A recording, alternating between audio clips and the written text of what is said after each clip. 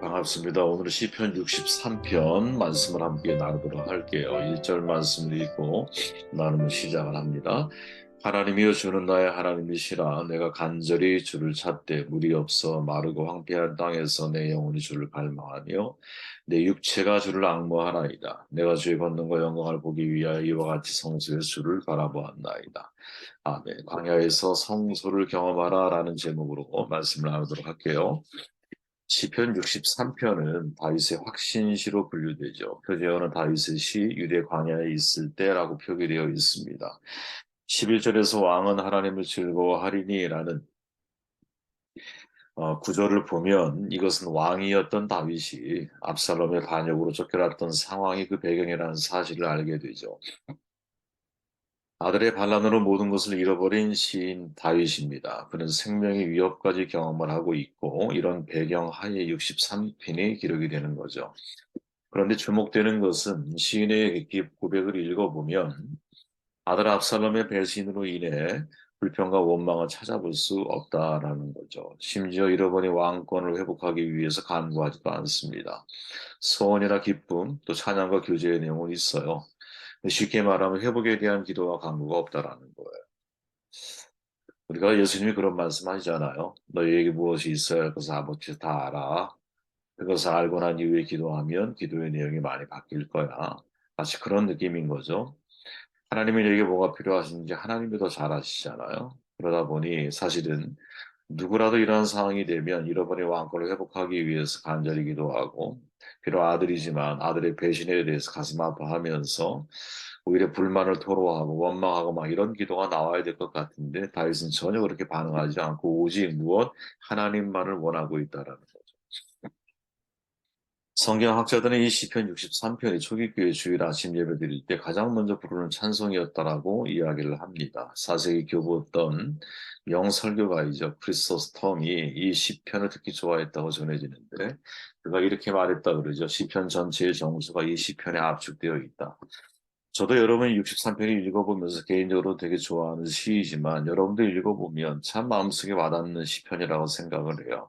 이런 질문을 던지게 되죠. 왜 많은 시인들이, 많은 주의 종들이 시편 찬송 중에서 63편을 첫 번째 찬송으로 불렀던 것일까? 우리는 그 이유를 개인적으로 시인의 고백 속에서 저는 발견하게 된다고 보는데 두 가지로 저는 정돈할 수 있다고 봐요. 제 개인적인 생각입니다. 1편을 다시 보면 하나님이 주는 나의 하나님이시라 내가 간절히 주를 찾되 물이 없어 마르고 황폐한 땅에서 내 영혼이 주를 갈망하며 내 육체가 주를 앙모하나이다. 쉽게 말하면 물리적인 갈증에서 영적인 갈증을 경험하고 있다라는 거죠. 저는 여러분 이런 눈에 보이는 세계 속에서 보이지 않는 것들을 갈망하고 추구할 줄 아는 것이 신앙이네. 완전히 다른 영적인 인사이트라고 저는 생각을 하거든요. 이 시의 배경이 뭐라 그랬지 아까? 유대 광야. 다시 말하면 물리적, 환경적인 요인, 육체적인 요인은 물이 없어 마르고 황폐한 광야예요. 그런데 시인은 자기 영혼의 주를 갈망하고 육체가 주를 앙모한다 이렇게 고백을 하고 있다는 것이죠. 여러분 이 고백이 참 놀라운 고백입니다. 물리적인 갈증에서 영적인 갈증을 고백을 해요. 물론 시인은 자신의 영적인 갈증을 표현하기 위해서 물리적인 환경인 광야를 비유적으로 말하는 거예요. 본문을 보면. 그러나 이건 어디까지나 본문이 있는 그대로 사실적으로 우리에게 이야기하는 거라면 좀 더 깊이 들어가 보자라는 거죠. 달리 우리가 생각해 보면 현재 물리적 갈증을 통해서 영적인 갈증을 고백한 것일 수도 있다라는 거죠. 저는 어느 쪽이든 중요한 것은 뭐냐. 시인은 지금 육체적 갈증보다 영적인 갈증이 우선한다는 거예요. 유다 강야라고 하는 것 자체가 환경적으로 갈증을 느낄 수밖에 없는 상황인데 거기에서 영적인 갈증을 고백하고 있는 시인의 모습이 우리에게 던지는 중요한 도전이 있다는 거죠. 그만큼 시인은 하나님을 갈망하고 있다. 지혜는 인간의 가장 큰 갈증을 해결할 수 있는 것, 이것은 오직 하나님밖에 없다라는 것을 광야, 즉 역경의 과정을 통해서 경험을 하고 있는 거죠. 로이 존스 목사가 말하잖아요. 참된 그리스도인의 역경을 통해 항상 하나님께로 다가온다. 하나님 앞에 사는 즐거움이라는 책에 나오는 대사, 구절 가운데 하나인데, 역경을 통해 혹은 육체적 갈등을 통해서 저와 여러분 하나님께 다가가고 있습니까? 아니면 하나님으로부터 멀어지고 있습니까? 하나님 앞에 살아가는 즐거움을 아는 사람은 역경을 통해 하나님께 가까이 다가간다는 거죠. 물론 역경이나 고난이 언제나 모든 사람을 하나님께로 다가가게 하는 것 절대 아니라고 봐요. 대부분 사람들은 역경 속에서 마음의 쓴뿌리가 내려지죠. 불평과 원망이 생기기 시작해. 그래서 마음이 강팍해지거든요. 이런 방식으로 역경과 고난은 우리의 믿음의 진위를 드러내는 거죠. 내가 진짜 내 안에 하나님이 있는가. 코로나 시대를 겪으면서 우리는 성도 간의 교제, 공동체 예배의 소중함을 깨달았죠. 단지 모임을 위한 모임이 아니라 추구해야 할 본질이 뭐냐? 교회가 추구해야 할, 공동체가 추구해야 할 본질이 뭐냐? 그것은 신앙 공동체를 통한 영적인 결속에 있다는 것을 발견하게 되는 거죠. 물리적인 갈증 속에서 진정한 내면의 갈망을 발견하는 겁니다. 시인은 63편을 통해서 기독교의 진수, 즉 기독교의 우선순위로 돌아가도록 우리를 재촉을 하고 있는 거죠. 가장 중요한 본질을 향해 나아가라. 육체적인 갈증을 느낄 때 영적인 갈증을 느껴야 됩니다. 육체적인 목마름을 느낄 때 영적인 목마름을 느껴야 된다. 왜? 하나님이 그것을 위해서 우리에게 육체적인 환경적인 갈증 가운데로 역경, 광야 가운데로 우리를 내몰아 가실 수가 있다는 것이죠. 무엇을 위해서? 영적인 진정한 갈망을 위해서. 사람은 누구나 여러분 목마름을 느끼면 살아간다고 생각을 하거든요. 흔히 듣는 말이죠. 풍요 속의 빈곤. 홍수 속 가뭄, 진보 속 퇴보. 제가 좋아하는 책은 진보의 역설이라고 하는 책이라고 됐잖아요. 점점 살기 좋아지는데 왜 행복 지수는 떨어지고 있느냐. 이게 실전적인 우리의 경험이라는 거죠. 소금물을 먹으면 여러분 먹을수록 갈증은 더해가듯이 사람들은 목마름을 채우려고 세상 것을 막 갖다 채워요. 근데 이상하게 갈증은 더 심화되는 것들을 경험한다라는 거죠. 이여영 박사가 자기의 신앙의 변화 과정을 자기 자신을 뭐라고 표현해요? 평생 우물을 파는 사람이라고 말하잖아요. 그죠? 그는 자신이 늘 무언가에 대해서 갈증이 있었다라는 그래서 평생 우물을 판 거야. 평생 우물을. 그리고 그 목마름을 이렇게 표현하죠. 명예를 달라고 글을 썼더니 명예가 생겼고 돈을 벌려고 애쓰니까 돈이 생겼습니다. 또 병 때문에 병원에 다니니까 병이 나았습니다. 어느 날 너무 외로워서 극장에 가서 영화를 보고 좋아하는 것을 봐도 채워지지 않는 혼자라고 하는 절대 고독에 괴로웠습니다. 그런데 어느 순간 그 갈증이 바로 진리에 대한 갈증이요. 창조주에 대한 목마름이라는 사실을 깨닫게 되었습니다. 여러분 이 자리에 서기를 바래요. 마치 니고데모를 떠올리게 만들잖아요. 당대의 사내들이 공의원이었고 최고의 지휘자의 자리에 있던 사람인데 자기의 목마름, 진리에 대한 목마름, 거듭남에 대한 목마름을 해결하지 못하니까 한밤중에 주님을 찾아가잖아요. 우리에게 이런 갈증이 있어야 된다는 거죠. 이어른 교수는 수없는 우물을 파는 인생을 살았어요. 그로 인해서 여러분 7살 때부터 천지의 소리 들었으니까 부귀, 영화, 공명 다 채웠죠. 근데 채워도 채워지지 않는 목마름이 있다는 사실을 깨닫게 돼요. 그게 오직 하나님, 신앙으로만 채워지는 거죠. 그때부터 예수님과 대화를 시작을 하는 거야. 예수님이 사마리아 여인을 만나면서 누구든지 목마르면서 내게로 와서 마시라. 이건 물론 요한복음 7장에 나오는 말씀이지만 사마리아 여인을 통해서 살아있는 증거들을 드러내잖아요. 남편들이 여럿 있지만 그 남편이 지금 남편이 아닌 거야. 내 영혼을 채워줄 남편이 아닌 거야. 그때 진짜 우리가 누구를 만나야 되는 거죠? 진리에 대한 목마름을 가지고 하나님을 찾아야 되는 것이죠. 이 세상의 모든 광야는 하나님이 우리를 환경적 갈증을 통해서 영적인 갈증의 자리로 이끄시는 매우 중요한 통로가 아닌가 이런 생각을 잊지 말아야 한다. 세상 사람들이 우리를 보면 여러분 갈증을 느껴야 한다고 봐요. 왜? 예수님이 우리의 정체성을 소금과 빛으로 정돈하셨잖아요. 그러니까 사람들이 우리를 보면 소금을 먹는 느낌을 받아야 되거든요. 우리를 먹으면 먹을수록 관계를 맺으면 맺을수록 우리가 살고 있는 삶의 형태에 갈증을 느껴야 되는 거거든요. 그런 매력을 우리가 가지고 있느냐. 사람들이 우리를 만나면 여러분 영혼의 문이 열려서 눈물이 흘러야 한다고 봐요. 무슨 말을 많이 했기 때문이 아니야.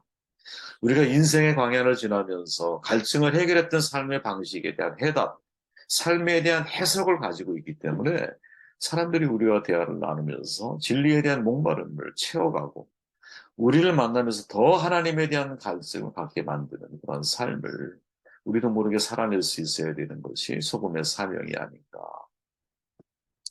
그런 생각을 해보게 됩니다.